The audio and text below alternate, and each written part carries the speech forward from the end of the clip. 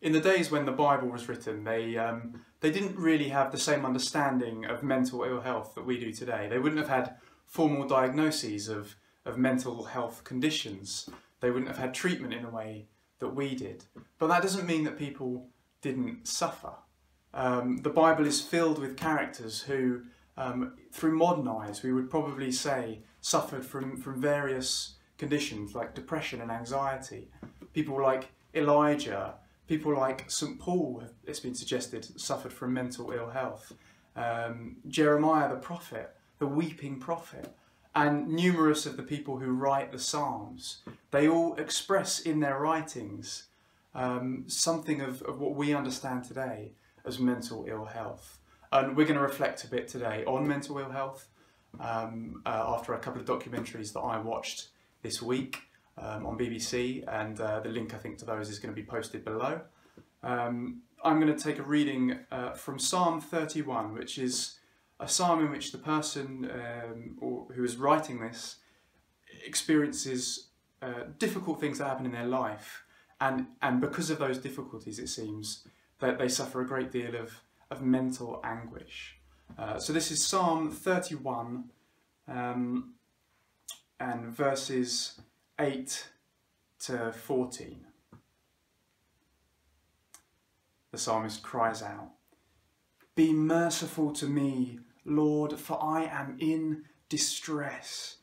My eyes grow weak with sorrow, my soul and body with grief.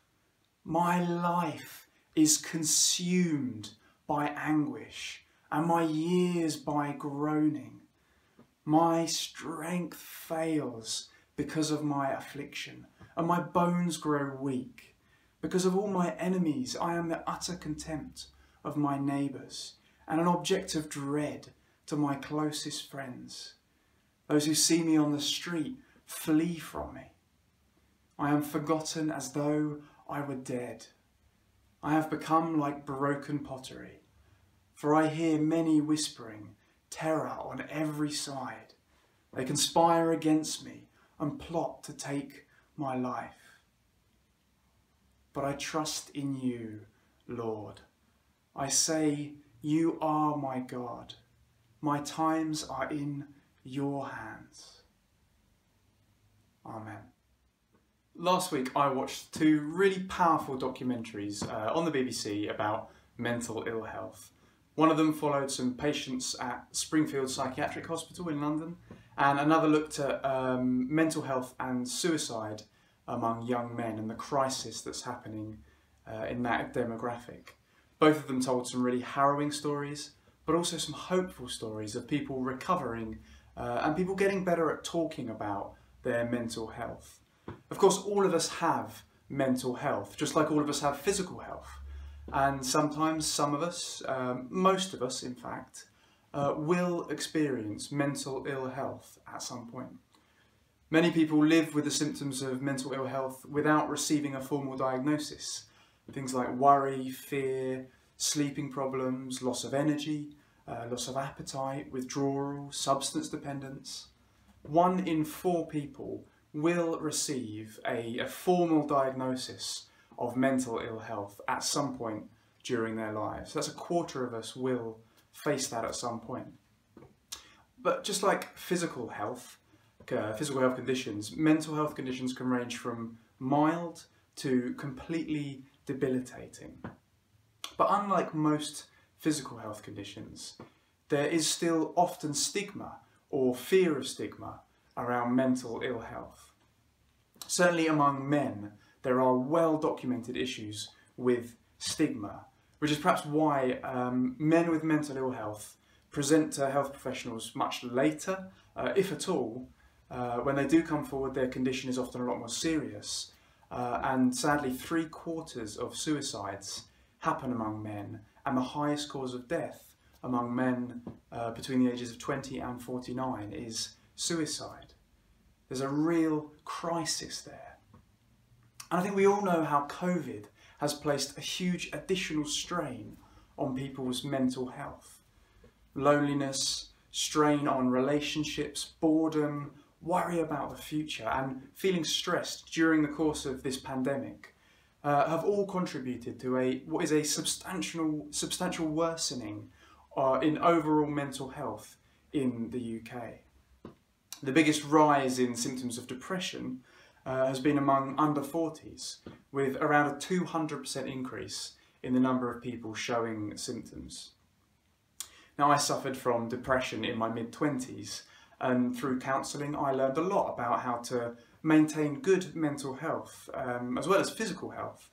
But even with all the healthy practices that I learned and tried to put into practice in my life to keep me healthy, this pandemic, particularly these last few months, honestly, it's been really tough. It's not been at all easy. But it's not only the younger generations that have struggled. Over 70s have seen around 100% increase in those showing signs of depression. And overall, more than 16% of adults are currently showing signs of depression. And remember, that's just one form of mental ill health.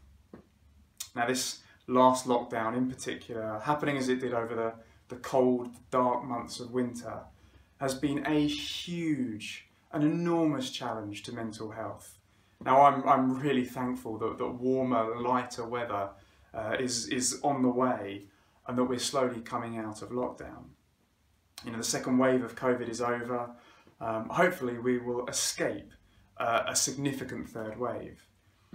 But this mental health crisis tidal wave, really, is going to take a lot more time to pass.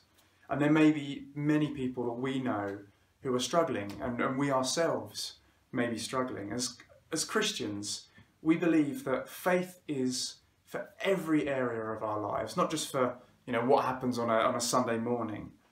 And so we have to take mental health seriously as part of our faith, both our own mental health and the mental health of others. Now, obviously, over the last 2,000 plus years, our understanding of mental health has changed drastically compared to when the Bible was written. But those who wrote the Bible, many of the writers of the Bible, are certainly familiar with mental ill health.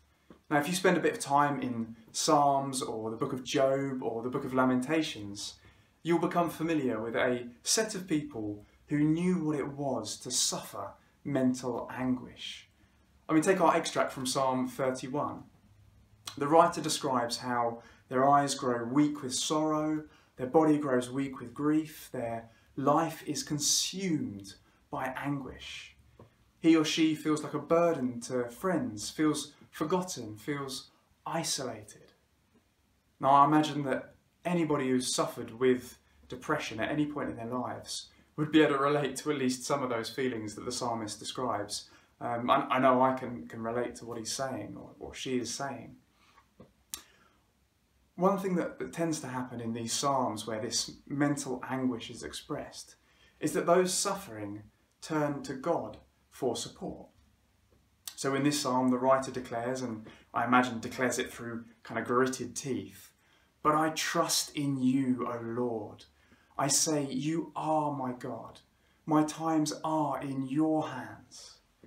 Now, just as Christians would cry out to God or look to God for strength in times of physical ill health, so we can do the same in times of mental ill health.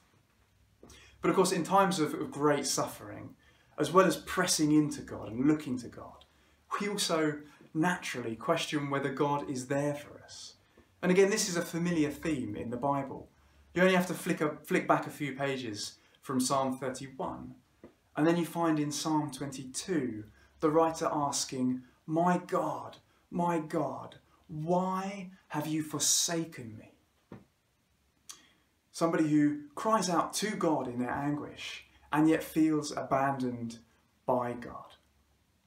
In my own experience with depression, I had both my most powerful experience of the love and the nearness of God, but I also had times where I felt utterly deserted by God.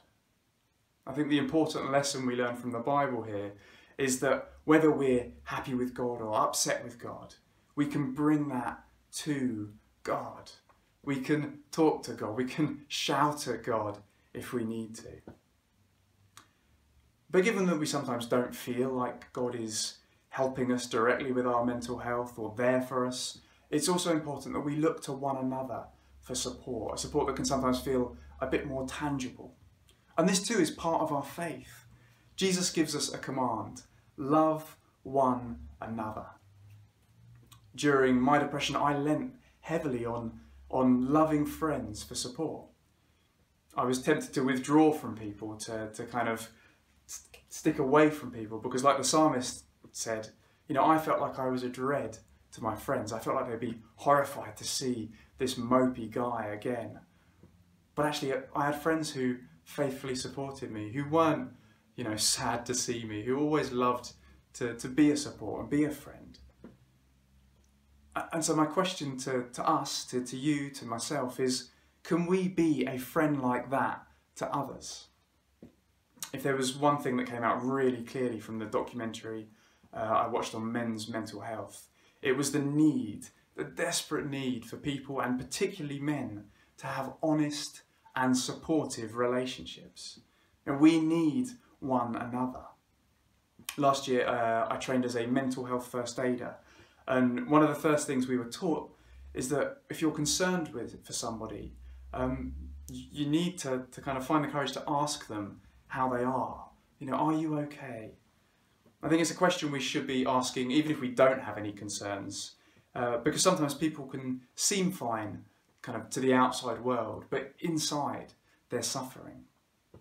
The documentary suggested asking twice. We always sort of say, how are you? Yeah, fine. How are you? Oh, fine, fine. We need to ask again, how are you really?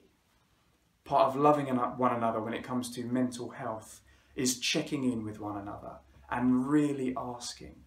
And then having asked, and maybe asked again, taking time, making time and space for an honest answer. Really asking and really listening. Not jumping in and saying, oh, I did this and then I felt fine and I'm sure you'll feel fine too. But hearing their story, their situation, their feelings. And from that point, having really listened, we can maybe offer some support. Sometimes just listening is actually the support that people need. Sometimes we can offer words of encouragement.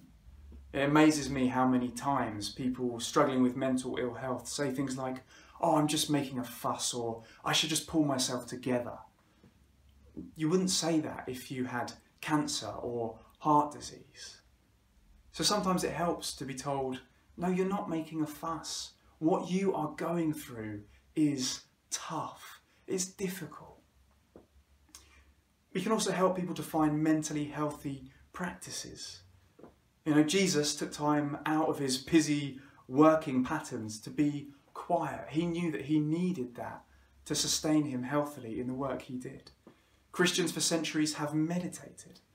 And there are so many rich resources from within Christianity, but also from other traditions outside of Christianity that we can draw on to benefit our mental health.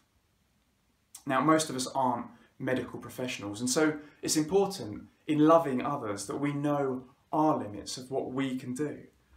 Sometimes loving one another, what that looks like is pointing someone towards professional or specialised help.